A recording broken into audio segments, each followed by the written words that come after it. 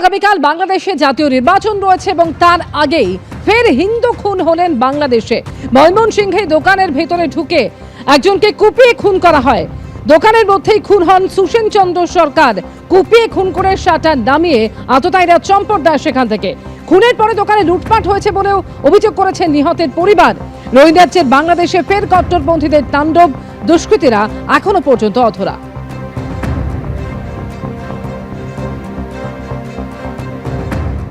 আগামীকাল বাংলাদেশে জাতীয় নির্বাচন, জাতীয় সংসদ নির্বাচনে জামাতের মূল প্রতিদ্বন্দ্বী হচ্ছে বিজেপি।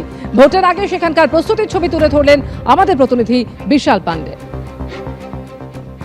इस वक्त मैं बांग्लादेश की राजधानी ढाका में ढाका विश्वविद्यालय के पास मौजूद हूं, क्योंकि जो कुछ अगस्त 2024 में हुआ उसमें बांग्लादेश के युवाओं ने बढ़ चढ़कर हिस्सा लिया था। बांग्लादेश में तख्ता पलट हुआ और अब 2026 में चुनाव होने जा रहे हैं। अंतरिम सरकार के गठन के बाद अब बांग्लादेश के युवा यानी जेनजी क्या सोच रहे हैं, यह समझने के लिए हम ढाका विश्वविद्यालय पहुंचे हैं। तमाम लोग हमें यहाँ पर मिले हैं, उनसे बातचीत की शुरुआत करते हैं। मैडम, क्या नाम है आपका? फरजाना शर्मिन तुली। अब जेनजी क्या चाह रहा है इस बांग्लादेश के चुनाव? ये अच्छा है कि इलेक्शन होना।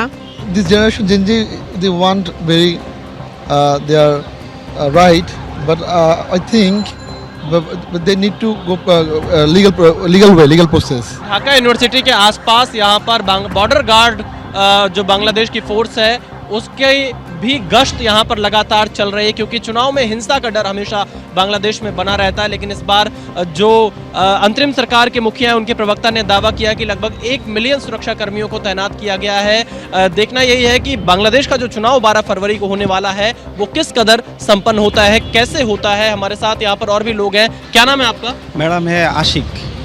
आशिक, आपके हिसाब से बांग्लादेश में क्या होना चाहिए? यूथ क्या चाहता है? यूथ सब समय चाहता है honest people, uncorrupted people like and young generation leader. कौन है आपकी पसंद यंग जनरेशन के लीडर? जो हॉनेस्टी से काज करेगा। अभी इस समय कौन है प्रेजेंट सिचुएशन? जो दो पार्टी है, आम लीग से बेटर पार्टी। बट हमने देखा कि जमात इस्लामी ने कोई विमेन कैंडिडेट नहीं उतारा है चुनाव में, ऐसा क्यों? जमात में नहीं है, बट इसके शरीक दल में है, एनसीपी में है, इसके शरीक में है। The student-led movement against the tyranny and the 16 years of autocratic regime fall down, and people from all of the country wants change. So like NCP, BNP and Jamaat Islami, they nominated the people, those are the frontliner and those are working for this country. So I think in this election this is a historic event for this country.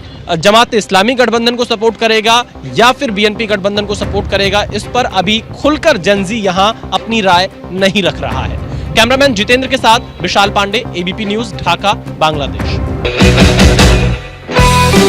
অতীতে যা ঘটে তা অতীতেই মুছে যায় না, তা আবার আবর্তিত হতে থাকে। যদি সহজ করে বলা যায় তাহলে বলতে হয় ইতিহাস আবর্তিত হয়। এটা কার্ল মার্কস বলেছিলেন। এই দেখুন, কার্ল মার্কসের কথা বললাম বলে আমার মার্কশিট আবার কালো দাগিয়ে দেবেন না কিন্তু। আসলে পরিস্থিতি এখন এমন হয়েছে, কোনো কিছু নিছক কোড করতেই ভয় লাগে। ইতিহাসে প্রথম যা ঘটে তা হলো ট্র্যাজেডি, আর সেই ঘটনার পুনরাবৃত্তি হচ্ছে প্রহসন। আমরা জেনে নিই আসন্ন বিধানসভা নির্বাচনের আগে এই যাদবপুর বিধানসভা কেন্দ্রের মানুষের মনের মধ্যে কি কাজ করছে। আমি নিজেই লক্ষ্মীর ভান্ডার পাই। আপনাদের যাদবপুর বিধানসভা এলাকার যিনি বিধায়ক, তার দেখা পান? দেখলে মনে হয় না যে উনি খুবই ভালো হচ্ছে। সুযোগ সুবিধা কিছু সাধারণ মানুষ পাচ্ছে না। নারী নিরাপত্তা বিষয়ে আপনার কি বক্তব্য? পানীয় জল নিয়ে আপনাদের কোনো অভিযোগ আছে? কর্মসংস্থান নেই, কোনো নিরাপত্তা এই শাসক দল থেকে নেই। বৃষ্টি হলে তো বলার কথাই নেই। দুর্নীতিটা আরো বেশি মারাত্মক পরিমাণে ছেয়ে গেছে। আমাদের কাছে সবার আগে দেশের সম্পদ। এখানকার যারা রাজনৈতিক নেতা নেত্রী আছেন তাদের কথাগুলো কিন্তু আমরা আমাদের নোটবুকে তুলে রাখবো।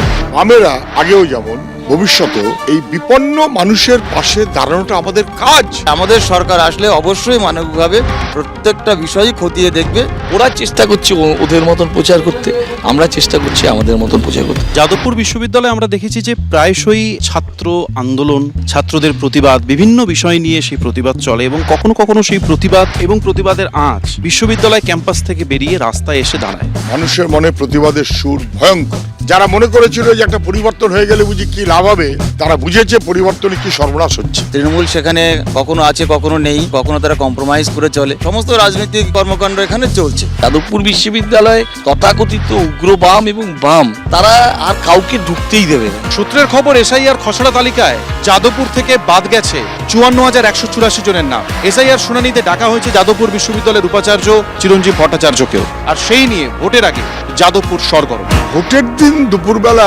1-1:30টার পরে এই যে ভূতের নৃত্য হয় ভোটার লিস্টের, এটা নির্ভুল ভোটার তালিকা নয়, এই নামগুলো বাদ যাওয়া উচিত। ভোটার লিস্টে যদি মৃত ভোটারের নাম থেকে থাকে তার দায় এবং দায়িত্ব নির্বাচন কমিশনের ছিল।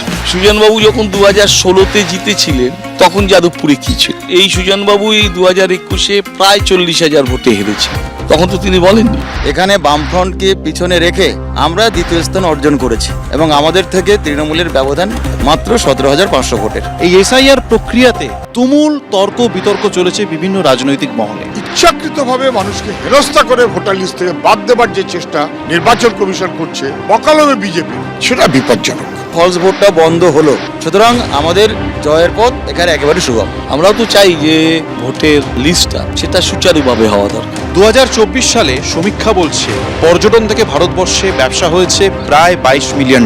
শুধুমাত্র বিদেশি পর্যটক নয়, দেশের মধ্যে মানুষ ঘুরে বেরিয়েছেন প্রচুর। শুধু কেরল, মহারাষ্ট্র, রাজস্থান, কাশ্মীর নয়, ইউপি এবং তামিলনাড়ুতেও মানুষজন ঘুরতে গিয়েছে। এই সমস্ত কিছু দেখে শুনে মন ভালো হলেও নিজের রাজ্যের জন্য মনটা খারাপ হয়ে যায়। অথচ আমাদের রাজ্যে যথেষ্ট সম্ভাবনা আছে, ইতিহাস থেকে পাহাড়, জঙ্গল, সমস্ত কিছু। এমনকি কেরলের ব্যাক ওয়াটারের সঙ্গে পাল্লা দেওয়ার মতো সুন্দরবনের খাঁড়িও আছে, সমুদ্রও আছে। নেই শুধু ইচ্ছে, না ছিল সিপিএম আমলে, না আছে এখন। আমি আপনার প্রশ্নটাকে অস্বীকার করবো না, আরো তুলে আনার স্কোপ ছিল। যদিও সুন্দরবনটা ম্যাপে এসছে, পাহাড়টা খুব ভালোভাবে ম্যাপে এসছে, কিন্তু আরো অনেক আসার মতো সুযোগ ছিল। ভারতবর্ষেও ট্যুরিজমের অপার পোটেনশিয়াল আছে। বাংলা পথ দেখিয়েছে ভারতবর্ষ। আমরাই প্রথমে ট্যুরিজমকে ইন্ডাস্ট্রির দরজা দিয়েছি। আজকে বাংলার প্রত্যেকটা ট্যুরিস্ট স্পটে শ্রীমতী মমতা ব্যানার্জি সরকার হোমস্টের ব্যবস্থা করেছে। কিভাবে? মুখে নয়, তাদেরকে টাকা দিয়েছে। আপনি উত্তরবঙ্গে যান, সমস্ত রোজ রোজ নতুন নতুন ট্যুরিস্ট স্পটের আবিষ্কার হচ্ছে। সুন্দরবন 10 বছর যেখানে ছিল সেখানেই পড়ে আছে, পুরুলিয়া যেখানে ছিল সেখানে পড়ে আছে, ধরুন বকখালি, সেখানে আরো অনেক কিছু করা যেতে পারে। ভারতবর্ষে যে আমাদের ট্যুরিজম মিনিস্ট্রি, তার সঙ্গে যোগাযোগ করা এবং আমাদের পশ্চিমবঙ্গের যে রাজ্য সরকার, তারাও কেন্দ্রীয় সরকারের সঙ্গে সমান তাল মিলিয়ে এটাকে যদি বাইরে প্রমোট করার চেষ্টা করেন, আমার মনে হয় যে ট্যুরিজম ক্ষেত্রটা আরো বেশি উন্নতির সম্ভাবনা আছে, এটুকু বলতে পারি। সামনে নির্বাচন আসছে, কেন্দ্রীয় যে বাজেট সেখানে জিএসটি কমেছে, কোনো সুবিধা হয়েছে? কেন্দ্রীয় সরকার যখন এইগুলো জিএসটিকে কমাবার একটা পরিকল্পনা নেয়, তার আগে এই পুঁজিপতি এবং কিছু ব্যবসায়ীকে এই খবরটা তাদের কাছে আগেই পৌঁছে যায়। তারা মার্কেটটাকে নিয়ন্ত্রণ করে একটু দরটা একটু বাড়িয়ে দিয়ে তারপরে জিএসটিটা কমলে পড়ে মানুষ, কোনো সাধারণ মানুষ কোনো তার এফেক্ট পায় না। নারী নিরাপত্তা বিষয়ে আপনার কি বক্তব্য? কাজের সূত্রে ধরো কলকাতায় থাকি, তো সকালকার কোনো ব্যাপার না, রাতে করেও আসছি, অনেক মেয়েও তো দেখছি রাতে করে, কোনো অসুবিধা নেই। যাদবপুর এলাকায় পানীয় জল নিয়ে আপনাদের কোনো অভিযোগ আছে বা কোনো সমস্যা আছে? আগে সেই আয়রন মার্কা জল, এখন সেই গার্ডেন রিচ জলের পর থেকে ফাটাফাটি জল।